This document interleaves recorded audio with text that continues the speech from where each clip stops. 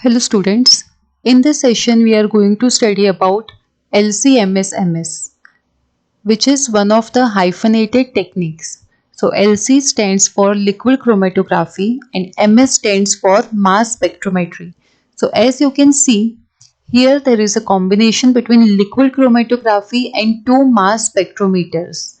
Two mass spectrometers combinedly is known as tandem mass spectroscopy.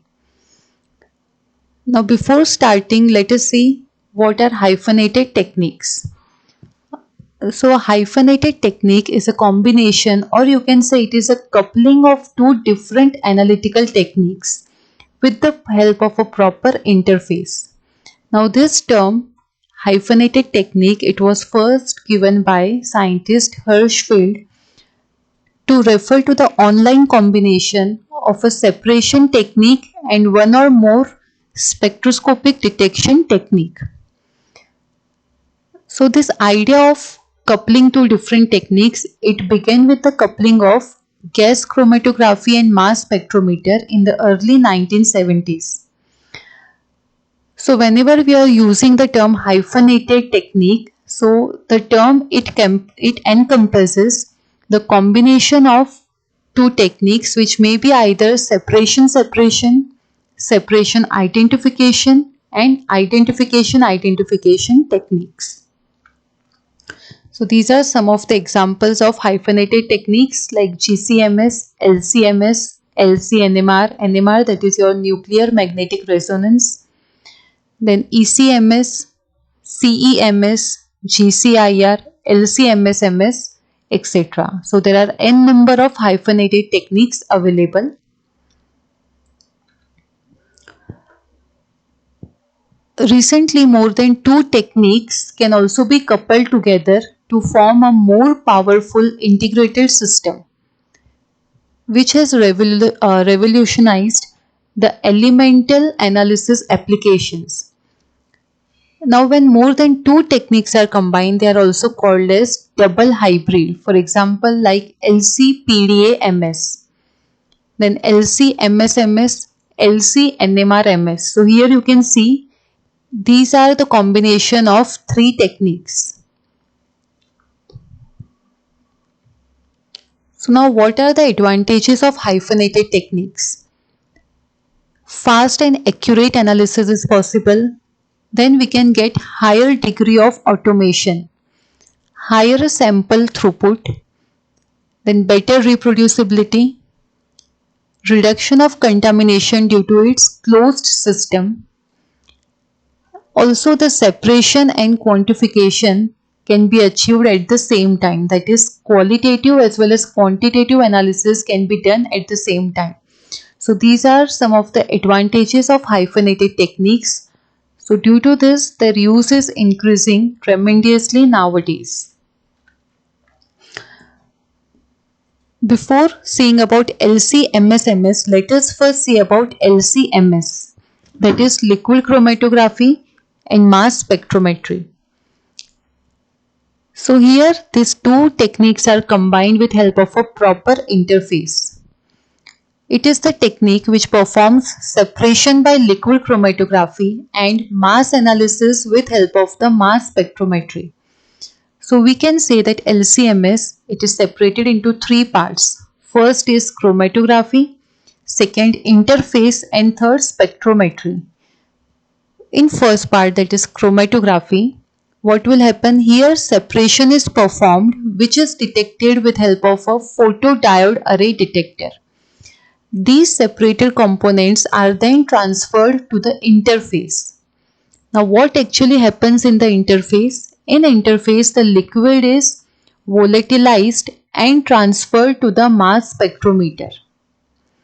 So interfaces which are used are electrospray ionization, then atmospheric pressure chemical ionization APCI and APPI, that is atmospheric pressure photoionization. Now these are newer MS ion sources that facilitate the transition from a high pressure environment to high vacuum condition. Now we know that in liquid chromatography, in HPLC, high pressure is used, whereas In mass spectrometry or in mass spectrometer, you can say vacuum conditions are required. So you can see there is a sudden transition from high pressure to vacuum. So interface must be capable to do this change. Third part is spectrometry. So here with help of various ionization technique, compound is ionized and then it is analyzed by the mass analyzer. Various mass analyzers which are used are quadrupoles, then quadrupole ion traps, TOF that is time of flight, TOFR that is time to flight reflection, and ion cyclotron resonance. So these are some of the mass analyzers which can be used. So here you can see a diagrammatic representation of LC-MS. So this here you can see HPLC device. Here you can see the HPLC column, then interface and then mass spectrometer.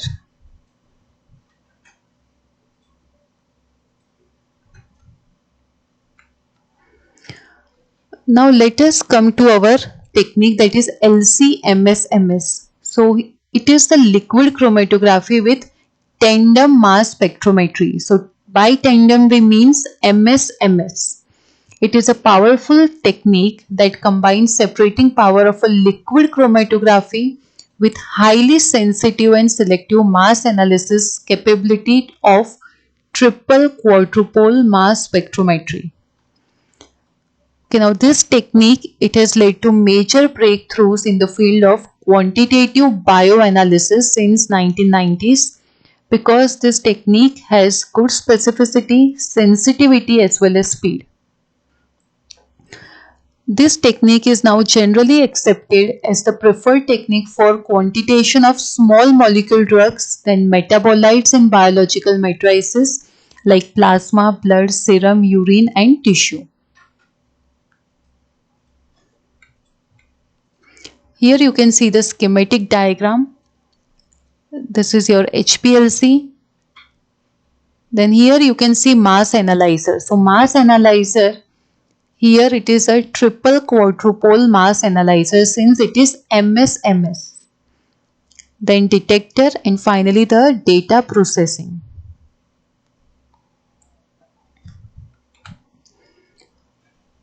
Okay, so now let us see the principle of MS-MS. Because technique which we are studying is LC-MS. So first we will see what actually happens in MS-MS. So it is tandem mass spectrometry known as, or you can represent it as MS/MS or MS square. Here two or more mass analyzers are coupled together using an additional reaction step to increase their abilities to analyze chemical samples. So here you can see that sample is ionized with help of the ionization sources like electron impact, then MALDI, that is matrix assisted laser desorption ionization. Then here a precursor ion is selected which is termed as MS1, which is done in MS1. Again this precursor ion is fragmented. Again separation takes place and then finally detection. So here you can see 2 times ions are selected.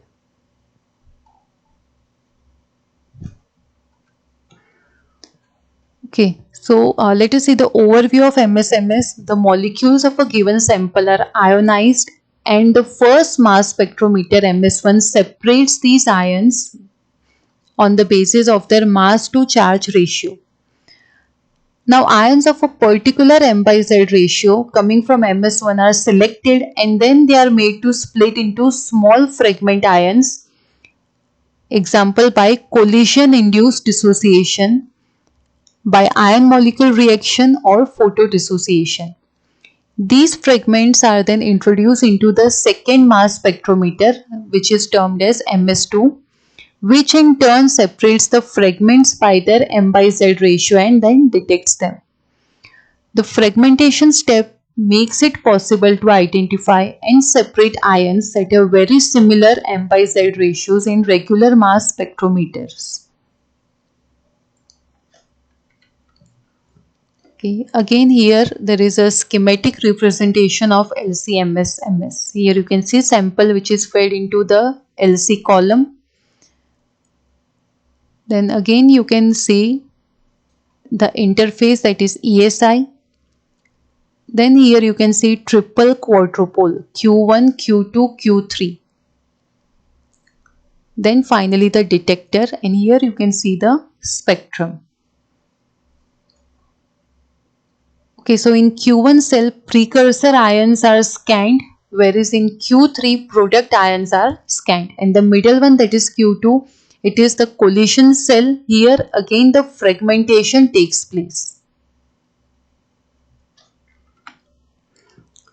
Okay, so that was the schematic diagram of the procedure. Here you can see the schematic diagram of instrumentation. Okay, your HPLC system consisting of sample tray, then syringe, then your pumps, your mobile phase, finally the column. Then this is your interface electrospray, ionization, and then triple quadrupole system, that is mass spectrometer. Okay, so as it is tandem mass spectrometer, always a triple quadrupole will be used.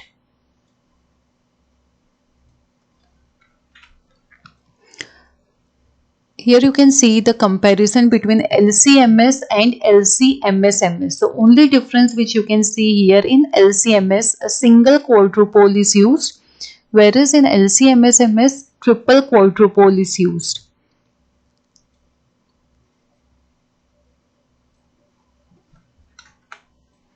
Okay, now let us see the working of LC-MS. When the molecules are eluted from the chromatography column, they are under pressure, and the continuous flow cannot be directly detected by the mass spectrometer because mass spectrometer units operate in the vacuum and require the liquid to be passed through an interface. As discussed earlier, in HPLC there will be high pressure, whereas mass spectrometer, in it there will be the vacuum condition. Okay, so that is why a interface is used. So what the interface will do, it removes the mobile phase used in the chromatography step and transfers the analyte to the mass spectrometer unit. So in the interface, liquid is nebulized into fine spray, ionized, and then transferred to the mass spectrometer detector. Now this mass spectrometer, it will measure the mass to charge ratio of the ions by exposing the ions to the magnetic or electric fields, which can alter the movement of ions, allowing the ions to be sorted based on their masses. Detector can then measure and amplify the ion current to quantitate the amount of sorted ions. Now the molecules with the particular mass to charge ratio can be chosen to undergo further analysis by fragmenting the ion by collision induced dissociation, or other fragmentation process may also be used, as discussed, like photodissociation. These fragmented ions are then detected by the second mass spectrometer unit. Mass spectrometer detector transfers the mass to charge data to the computer, which will give graphical representation of the information in the form of a mass spectrum.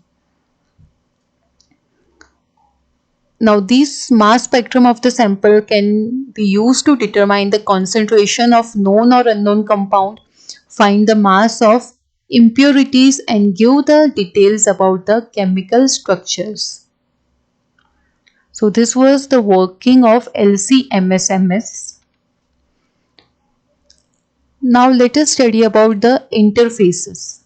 So first is electrospray ionization, that is ESI interface.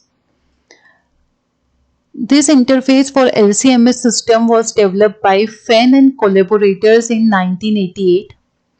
It can be used for analysis of moderately polar molecules like metabolites, xenobiotics, and peptides. The liquid eluate coming out of the LC column is pumped through a metal capillary kept at 3 to 5 kV. The liquid is nebulized at the tip of capillary and a fine spray of charged droplets is formed. Now, to avoid contamination, the capillary is usually perpendicularly located at the inlet of the MS system. The heat created by the electric potential is used to rapidly evaporate the droplets in an atmosphere of dry nitrogen.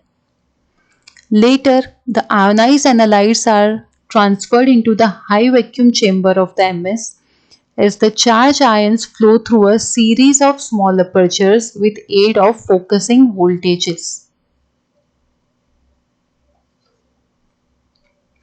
So here you can see the diagrammatic representation of electrospray ionization ESI.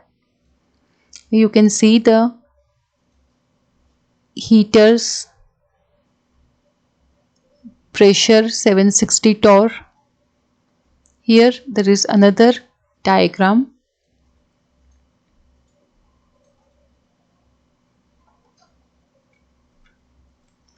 Next is APCI, that is atmospheric pressure chemical ionization. Now this is used to analyze small, neutral and relatively non-polar and thermally stable molecules like steroid, lipids, fat-soluble vitamins, that is A, D, E and K, which are not well ionized using ESI. Also, these can handle mobile phase streams containing buffering agents. Now, we know that in HPLC, often buffering agents are used for the conditioning of mobile phase. So, these type of samples can be handled by APCI. The liquid from the LC system is pumped through a capillary. Again, there is nebulization at the tip where a corona discharge takes place. First, the ionizing gas surrounding the interface and mobile phase solvent are subject to chemical ionization at the ion source. Later, these ions react with the analyte and transfer their charge. The sample ions then pass through the small orifice skimmers by means of ion focusing lenses. So once they are inside the high vacuum region, the ions are subjected to mass analysis. This interface can be operated in positive and negative charge modes, and singly charged ions are mainly produced here. Here you can see the diagram. So here you can see a corona discharge needle is used, unlike ESI. This is again the second diagram, ionization of solvent molecules, then reaction with analyte molecules, which helps in formation of clusters.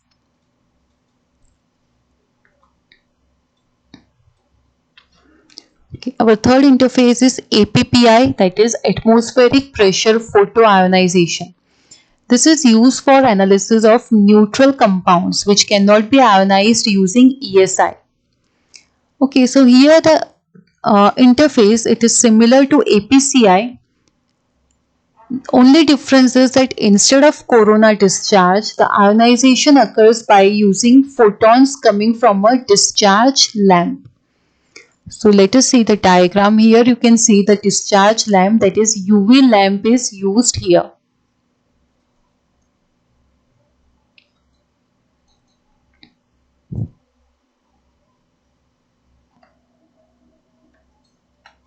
Okay, so this was about LC-MS/MS. We have seen its principle, the procedure, and we have seen about the interfaces.